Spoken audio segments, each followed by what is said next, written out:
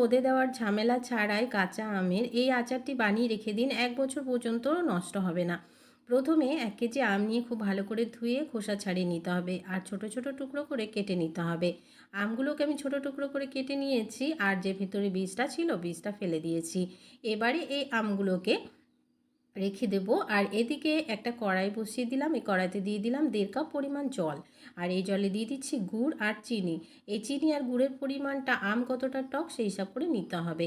এবারে এখানে মেল্ট হওয়ার জন্য একটু রেখে দিতে হবে। যখন দেখবেন মেল্ট হয়ে গেছে গুড়টা, এবারে ছেঁকে নিতে হবে।